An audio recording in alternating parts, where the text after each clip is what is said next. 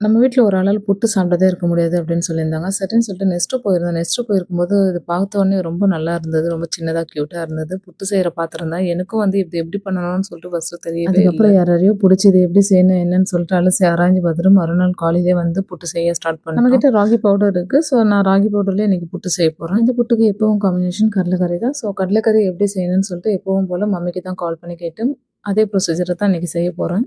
இப்ப நான் மம்மிக்கு கால் பண்ண போறேன். മമ്മി കടലക്കറി എങ്ങനെ ഉണ്ടാക്കണം മമ്മി? കടല ചാറാക്കാനല്ലേ? അതെ. കടല ചാറാക്കാൻ കടല വൈകുന്നേരം വെള്ളത്തിലിട്ട് രാവിലെ അടുപ്പ് വെച്ച് നല്ലോണം വേവിക്കുക.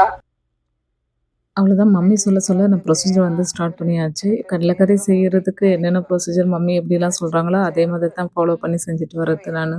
இன்னைக்கு இவங்களுக்கு லஞ்சும், பிரேக்ஃபாஸ்ட்டும் பண்ணணும்னா, லஞ்சுக்கும், பிரேக்ஃபாஸ்ட்டுக்கும் ஒரே கறி பண்ற மாதிரி தான் எப்பவும் பிளான் பண்றது நானு. அது எப்படின்னா, ஒரே கல்லுல 2 மாங்கா அப்படின்ற மாதிரி காலையில நம்ம பிரேக்ஃபாஸ்ட் செய்யணும்னா, அதே கறி லஞ்சுக்கும் யூஸ் ஆகுற மாதிரி தான் பிளான் பண்ணி செய்றது. இன்னைக்கு புட்டும், கடலைக்கறியும் பிரேக்ஃபாஸ்ட்டா குடுத்து, அதே கடலைக்கறி, சப்பாத்தி லஞ்சா குடுத்து அனுப்ப போறேன். அவ்வளோதான். சும்மா 7 மணிக்கெல்லாம் இங்கேருந்து கிளம்பிடுவாங்க. ஸோ பிரேக்ஃபாஸ்ட்டு காலையில இங்க சாப்பிட்டு, லஞ்ச் வந்து கேரி பண்ணிட்டு போயிடுவாங்க. ஸோ 7 மணிக்கு உள்ளால வந்து நம்ம பிரேக்ஃபாஸ்ட்டு, லஞ்ச் எல்லாம் ரெடி பண்ணி குடுத்துட்டோம்னா, அவங்க 7 மணிக்கு ஷார்ப்பா இங்கேருந்து கிளம்புறதுக்கு கரெக்ட்டா இருக்கும். அதனால காலையில எந்திரிச்சோனே ரொம்ப வேக வேகமா பரபரப்பா வேலை செஞ்சுட்டு எந்த வேலை செஞ்சாலும் ரொம்ப ஃபாஸ்ட்டா செஞ்சு முடிச்சுருவேன். நான் எந்திரிக்கிறது 5:30 தான். 5:30க்கு எந்திரிச்சேன்னா, எனக்கு 7:00 உள்ளால எல்லாமே செஞ்சு முடிச்சு கேரி பண்ணி சமைக்க தெரியாத ஒரு பெரிய ப்ராப்ளமா இருந்தாலும், இன்னைக்கு என்ன சமைக்கிறது, நாளைக்கு என்ன சமைக்கிறது அப்படின்றதும் ஒரு பெரிய ப்ராப்ளமா இருக்கலாம். பட் நான் செய்யற வேலைய ரொம்ப ஃபாஸ்ட்டாவே செஞ்சு முடிச்சுடுவேன்.